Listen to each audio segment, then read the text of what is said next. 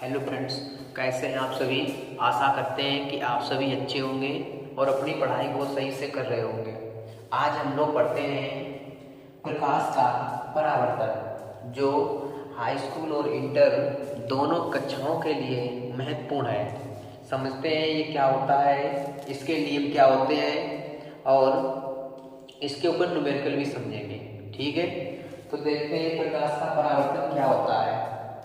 जब प्रकाश किसी चिकने या पालिशदार तल से टकराता है तो उसका अधिकांश भाग उसी माध्यम में वापस लौट जाता है।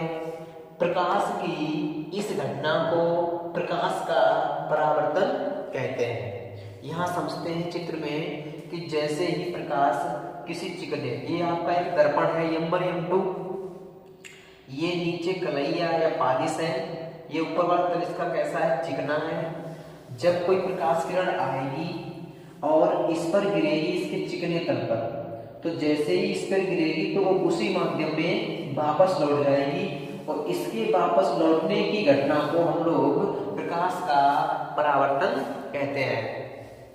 अगर हम जहाँ पे ये दोनों किरणें आपस में मिल रही हैं, यहाँ पर एक लंब खींचे इस वाले बिंदु को, जहां पे मिल रही इसे कहते हैं आपतन बिंदु। आपतन बिंदु और आपतन बिंदु पर अगर हम एक लंब खींचें तो इसे बोलते हैं अभिलंब। अभिलंब, ठीक है, क्या बोलते हैं, अभिलंब। और यहाँ पर दो कोण बनते हैं आपके, आपतन कोण और एक परावर्तन कोण। ठीक है, आपतन कोण और परावर्तन कोण। तो आपतन कोण कहाँ बनता है और परावर्तन कोण कहाँ बनता है वो देखते हैं। आपतित किरण और अभिलंब के बीच में जो कोण बनता है उसे आपतन कोण कहते हैं और इसे आई से प्रदर्शित करते हैं। ये आपका हो गया आपतन कोण।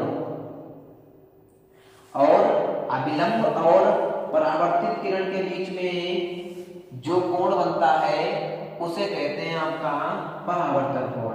परावर्तन कोण, और इसे आर से प्रदर्शित करते हैं, परावर्तन कोण।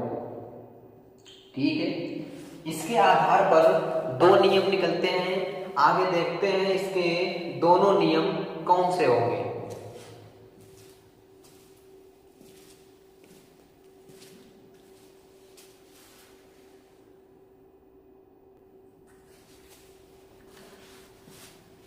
देखते हैं परावर्तन के नियम कौन कौन से हैं आपके।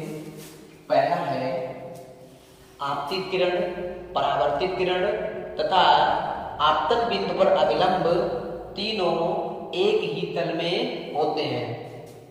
मतलब आपतित किरण, देखो ये तल नंबर 1, ये तल नंबर 2, आपतित किरण, परावर्तित किरण तथा ये अभिलंब तीनों कहाँ हैं, एक ही तल में है। तथा नंबर 2 है कि आपतन कोण सदैव परावर्तन कोण के बराबर होता है, अर्थात कोण आई जो होगा वो कोण आर के बराबर होगा। जैसे अब ये कैसे बराबर होगा वो समझो। जैसे ये आपकी एक बड़ी रेखा है, इस पर हमने एक खड़ी रेखा खींची है, खड़ी रेखा खींची है तो ये 90 डिग्री कोण बन गया। पूरा कोण कितने बन गया, 90 डिग्री बन गया।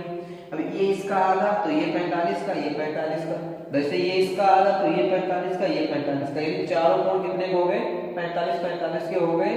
तो इसलिए कोण आई जो है वो कोण आर के कैसे होता है, बराबर होता है। यही आपके परावर्तन के दो नियम होते हैं। ठीक है, इससे आगे जो है वो कल के वीडियो में देखेंगे। धन्यवाद।